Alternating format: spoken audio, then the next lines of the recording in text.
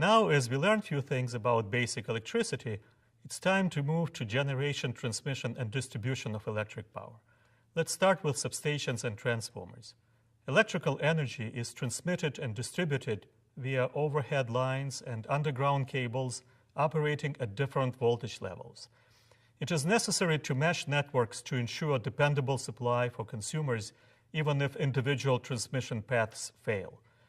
Points inside a network where two or more lines meet are called buses. Present at each of these buses are switching devices which isolate affected lines and/or equipment for the purpose of eliminating faults or performing maintenance and repairs. The special arrangement of the facilities necessary for measurements, monitoring, protection, and ancillary tasks is known as switchgear. If the arrangement includes transformers for changing voltage levels, one speaks of a substation. Let's talk about transformer. A transformer is a device that transforms AC voltage from high to low, that would be step-down transformer, or from low to high, that will be step-up transformer. A transformer is simply made of two sets of wire coils wrapped around a soft iron core. The coil on the side where the voltage comes in is called the primary coil. The coil on the side where the voltage goes out is called the secondary coil. Winding on each coil changes the magnetic field within the iron core, which in turn changes the voltage. The voltage is changed in proportion to the number of windings on each coil. If the primary coil has more windings than the secondary coil, the voltage is decreased. This is referred to as a step-down transformer. If the secondary coil has more windings than the primary coil, the voltage is increased. This is referred to as a step-up transformer. Transformers are very important in power systems.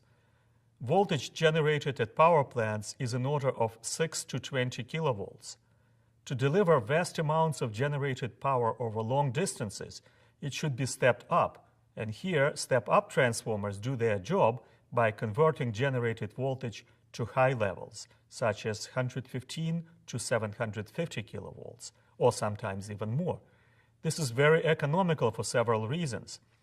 Let us recall the power wheel presented earlier. Since resistance of a line connecting generating plants with load centers is constant for a given line, the higher the voltage across the line, the lower the current through the line. You remember that I equals V over R. That's the Ohm's law.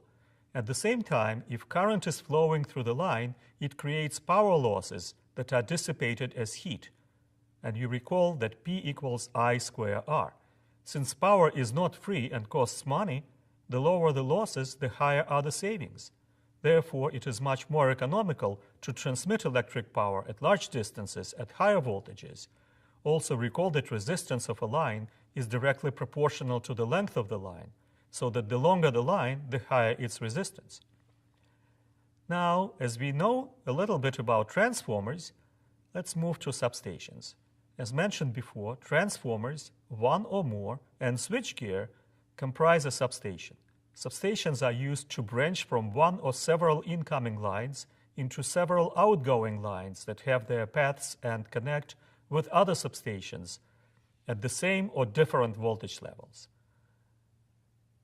This figure illustrates substations at various voltage levels and branching of power lines. In this figure, high voltage transmission line enters a substation on the left.